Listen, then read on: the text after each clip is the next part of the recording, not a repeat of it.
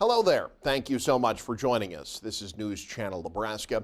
My name's Eric McKay. Let's take a look at our top headlines today. Beginning with the weather, emergency personnel responding to a lakeside area between Rogers and North Bend after a tornado touched down there Monday evening.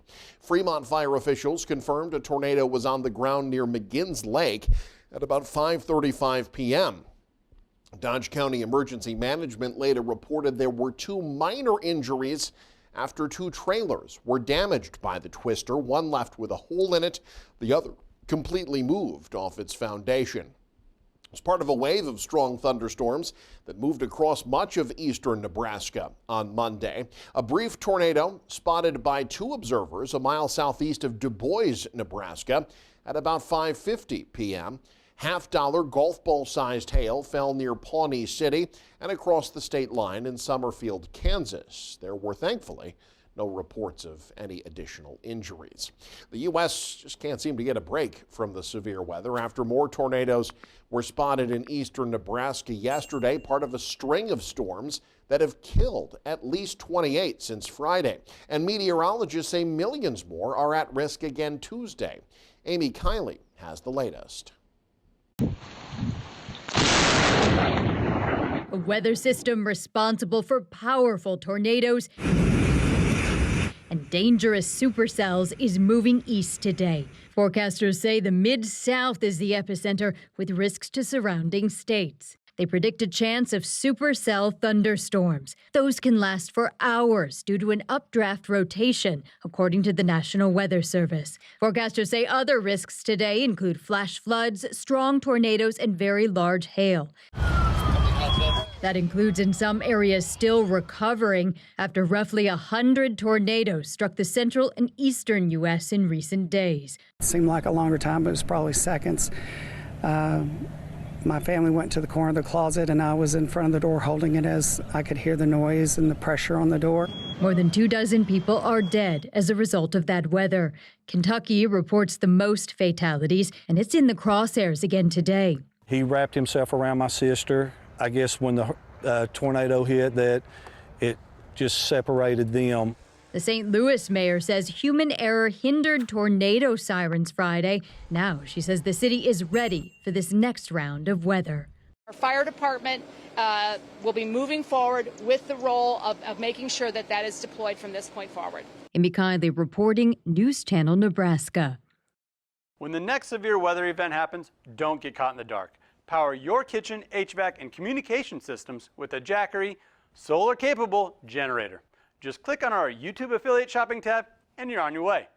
Nebraska is now the first state to receive a federal waiver to change the food benefit program for low-income Americans, long known as food stamps. U.S. Agriculture Secretary Brooke Rollie made that announcement Monday that people in Nebraska won't be able to use the Supplemental Nutrition Assistance Program, or SNAP, to buy soda and energy drinks. She signed a proclamation for the pilot program after touring the Holstone Foods processing plant in Fremont. Governor Jim Pillen helped initiate the idea and said he volunteered Nebraska for the pilot program. This is the first step to make sure that we help people that are in a lower socioeconomic status to make sure they can eat healthy again. We're not going to use government dollars to make people unhealthy. Nebraska's ban on purchasing the drinks under SNAP starts January 1st, lasts for 2 years. Officials say they'll review the data collected over that time and make decisions on the program moving forward. This move affects some 152,000 low-income people in Nebraska. Meanwhile, Ag Secretary Brooke Rollie toured all over the state yesterday, continuing her tour with a stop in Valparaiso, where she unveiled the first phase of a new policy focused on reinforcing small family farms. Tim Hackett has more. This small farm in Valparaiso, less than half an hour north of Lincoln, has been owned and operated by the Onitka family for 6 generations.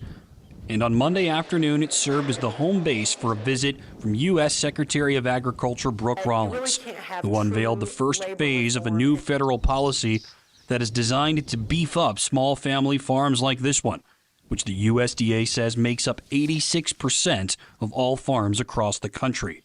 The window of opportunity to really bring true prosperity, to save our family farms, and to put agriculture first out into the world.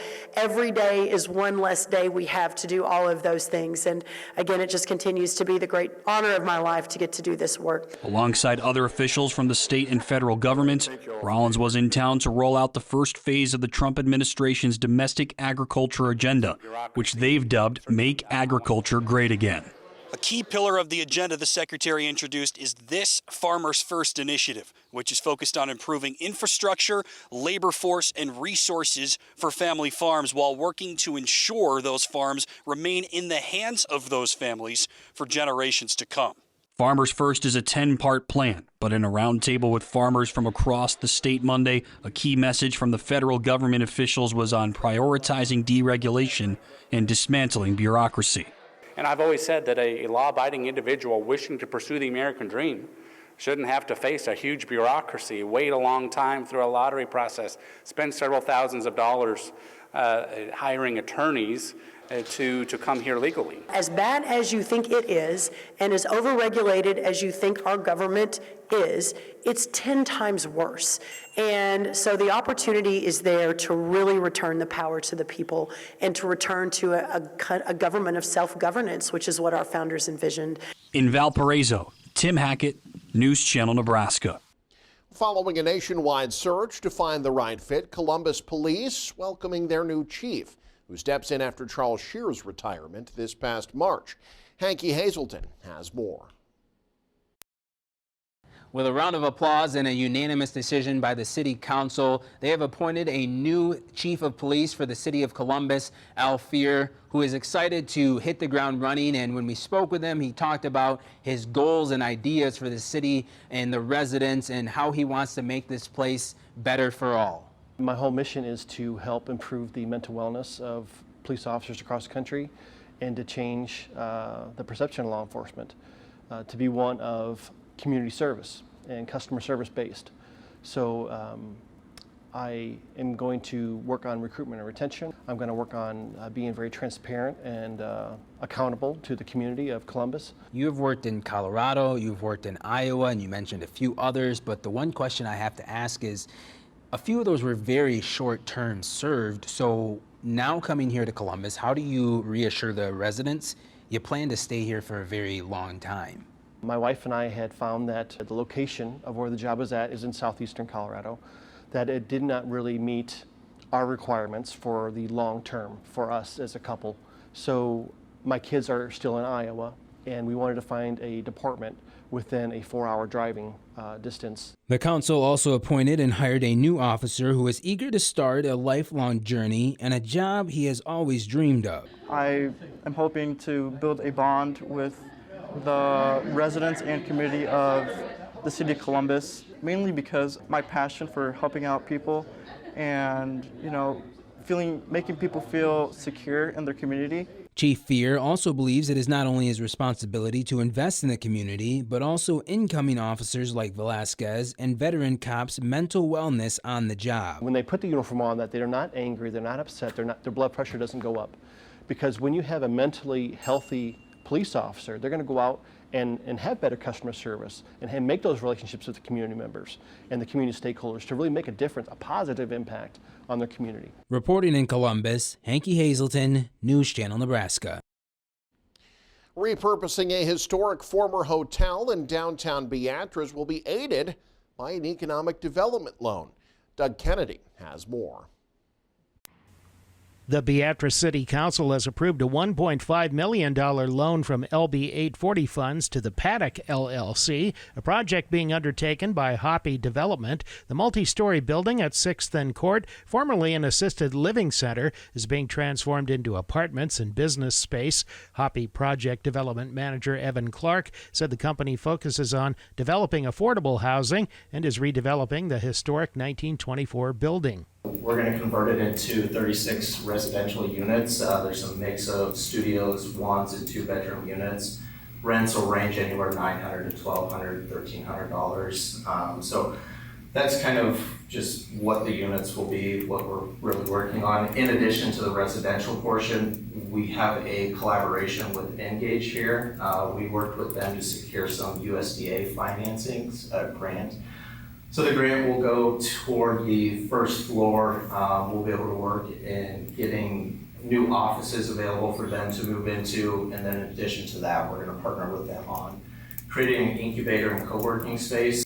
Businesses would have access to space for testing of products and markets at a reduced rate. Clark says it represents a new approach for Hoppy development. The project uses state and historical tax credits and totals about $9.94 million. Timeline right now we're working through is cleaning up some asbestos and demolition. We've got that underway. Our goal is to close on our construction financing, our additional financing here at the end of the month. So then, we can kind of consider, yeah, we're really moving forward at this point. So at that point, we're probably looking at an 18-month build. So residential units could be available January, February of 2026. The commercial and Engage space probably the summer of 26. And then the goal is to have all of the residential units done in 2027. The project is making use of a workforce development loan and tax increment financing. From Beatrice, Doug Kennedy, News Channel, Nebraska. And finally, athletes, police, and community members in central Nebraska coming together to support local athletes with disabilities. The city of Kearney took part in Monday's annual Law Enforcement Torch Run, part of the statewide series of events supporting Nebraska Special Olympics. Torch Run participants carried the flame of hope from the Eunice Conference Center to the new Kearney Sportsplex along Talmadge Street. The event concluded with athletes getting the chance to explore emergency service vehicles, including an air care helicopter. The Torch Run is part of a larger effort to raise funds and awareness for Special Olympics Nebraska and its nearly 8,000 athletes. The Torch has 12 stops across the state leading up to the Special Olympics Summer Games opening ceremony this Thursday.